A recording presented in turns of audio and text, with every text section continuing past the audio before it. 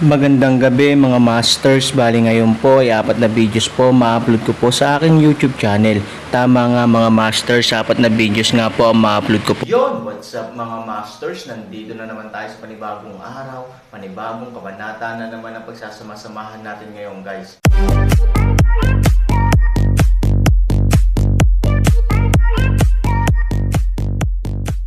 Bali mga masters, kung bago ka pa lang po sa aking YouTube channel, please click the subscribe button, lalong-lalo na po yung notification bell guys, para maging connected pa rin tayo sa isa't isa at maging updated kayo sa mga susunod ko pang video.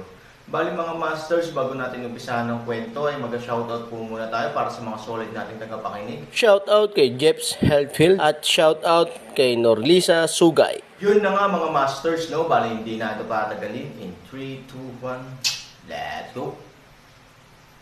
Mga master, magbabalik tayo sa pag-upload ng 4 na videos everyday simula ngayon araw. Salamat sa solid na pagsuporta mga master. Hindi ordinaryong tao. Ang Aaron ay agad na iniugnay kay Chimeng. Siya lang ang matatawag na hindi ordinaryong tao. At siya lang ang may lakas para gawin iyon. Ang galit ni Aaron ay nagmula sa kanyang inosenteng pagpatay. Sina Zon Tai Liuyo at Yan Qinghua ay namatay sa kanyang mga kamay ng walang dahilan. Bakit kailangan niyang patayin ang lahat ng tao ng Ethereal Clan? Dahil lang ba sa mababang lakas nila kaya hindi sila kwalipikadong mabuhay?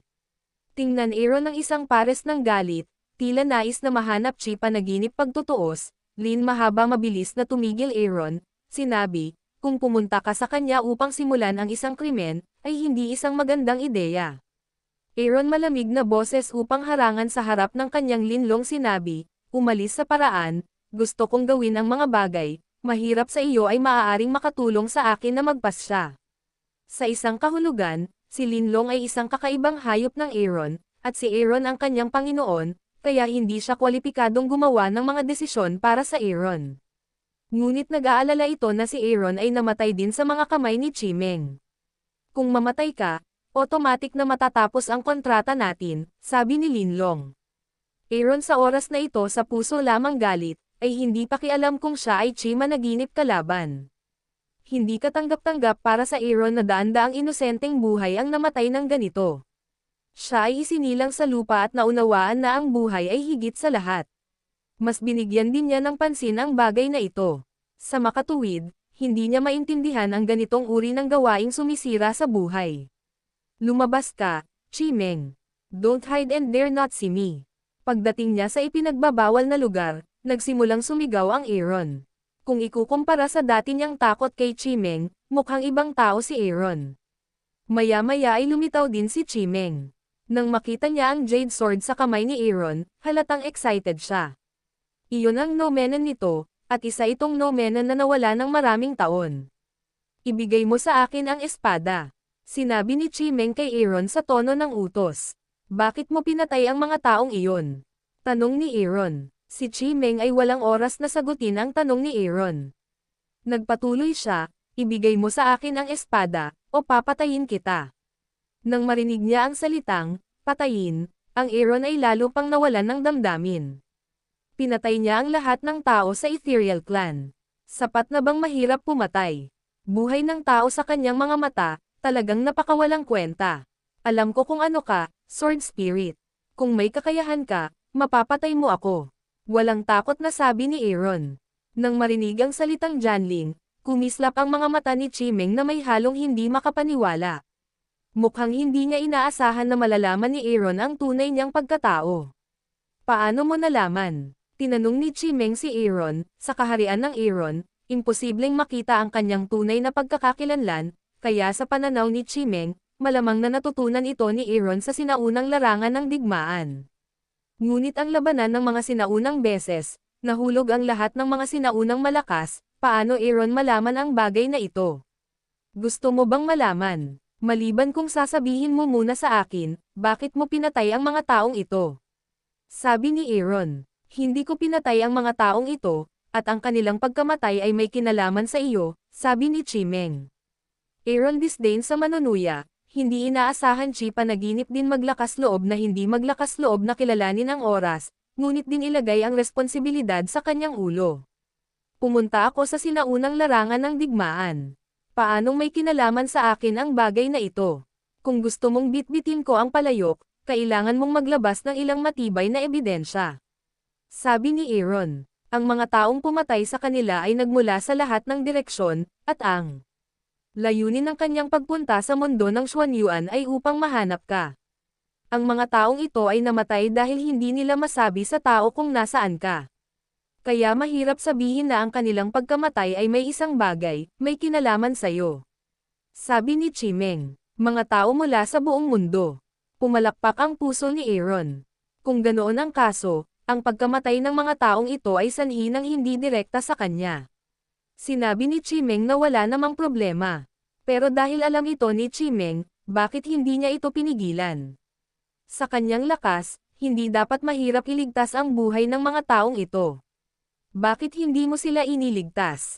Tanong ni Aaron. Bakit kailangan kong magligtas? Ganon ba kahirap para sa akin na sundin ka? Ibigay mo sa akin ang espada dali. Kung hindi, ikaw ay mababawasan sa kanilang kapalaran, pagbabante ni Chimeng. Ayon sa orihinal na plano ni Aaron, pagkatapos niyang umalis sa sinaunang larangan ng digmaan, kailangan niyang isipin kung paano haharapin si Chimeng. Ang pinakamagandang bagay ay hindi bigyan siya ng espada, ngunit kontrolin siya sa anumang paraan. Gayunpaman, dahil sa mutation ng Ethereal Sect, hindi maisip ni Han Sanjen ang problemang ito, kaya natagpuan niya si Chimeng. Ngayon ang Aaron ay walang paraan. Ngunit alam niya na kapag ibinigay niya ang espada kay Chimeng, mawawalan siya ng pagkakataong kontrolin si Chimeng, at ang ideya na ibigay ang espada kay Ivory ay mas imposible. Ang isang panig ng walang magawang linlong ay umiling, ito ang presyo ng salpok na kailangang bayaran. Sa harap ng makapangyarihang espiritu ng espada, ano ang magagawa ng Aaron bukod sa kompromiso? Bigyan ka ng huling pagkakataon, kung hindi, mamamatay ka. Panaginip tono ng matinding gumiit Aaron, maaari mong makita, siya ay ngayon sa isang napakakagiat na mood. Pero ayaw pa rin gawin ng Aaron. Tumingin si Linlong kay Aaron na may naguguluhan na mga mata. Hindi niya maintindihan kung ano ang pinag-aalangan ng Aaron. Mahirap sabihin, naglakas loob ba talaga siyang makipag-away kay Chimeng? Sa lakas niya ngayon, paano siya magiging kalaban ni Chimeng? Bagamat namatay si Aaron, maaaring automatikong wakasan ang kontrata. Ngunit ngayon ay ayaw ni Linlong na mamatay si Aaron. Hindi ganoon kadali na buhayin ang Dragon Clan, kaya umaasa si Linlong na makakatulong si Han Sanchen. Anong ginagawa mo? Ibigay mo sa akin. Hindi mapigilan ni Linlong na paalalahanan si Aaron. Biglang naglabas ng ngiti si Aaron sa kanyang bibig. Ang kapangyarihan ng palakol ay maaaring takutin ang sinaunang malakas sa sinaunang larangan ng digmaan, at ang espiritu ng espada ni Chimeng ay maaari ring sumuko sa kapangyarihang ito. Bagamat hindi sigurado si Aaron sa sagot, sa palagay niya ay maaari niyang subukan. Kung makokontrol mo ang espiritu ng espada, mas posible na makitungo sa mga tao mula sa buong mundo. Chimeng, hindi mo talaga akalain na mapapatay mo ako. Aaron Lightway. Si Chimeng ay nagpakita ng galit sa kanyang mga mata. Hindi niya akalain na napakatapang ng Aaron. You asked for it. Wala akong kasalanan, sabi ni Chimeng. Kung paanong si Chimeng ay handang labanan ang Aaron. Ngunit nang si Linlong ay bumantong hininga ng walang magawa. Nagpadala ng gintong liwanag ang noo ni Aaron. Hindi gaanong nararamdaman ni Linlong ang gintong mang na ito, ngunit kakaiba ang kanyang nararamdaman at hindi niya maintindihan ang ginagawa ng Aaron. Ngunit si Chimeng ay natakot. Pamilyar na pamilyar sa kanya ang kapangyarihang ikinatakot niya. Ito ang hininga na kinatatakutan ng lahat ng artifact sa mundo. Pangupalakol. Paano siya nagkaroon ng hininga ng pangupalakol? Nag-vibrate ang puso ni Chimeng. Bakit makakakuha ng panguaks ang Aaron?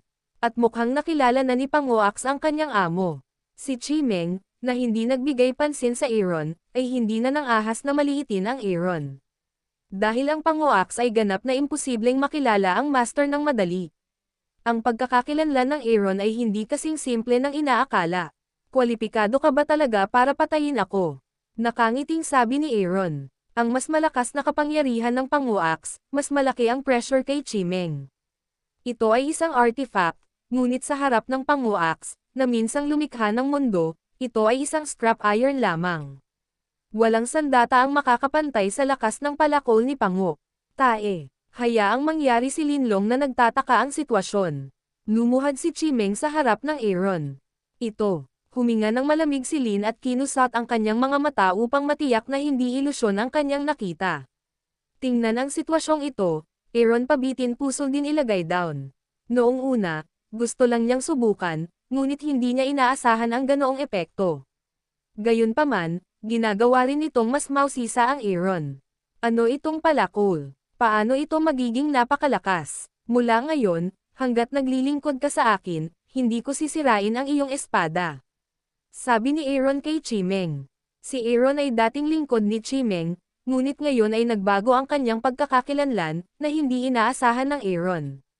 Si Chimeng ay hindi nang ahas na magkaroon ng anumang opinyon sa pangungusap na ito.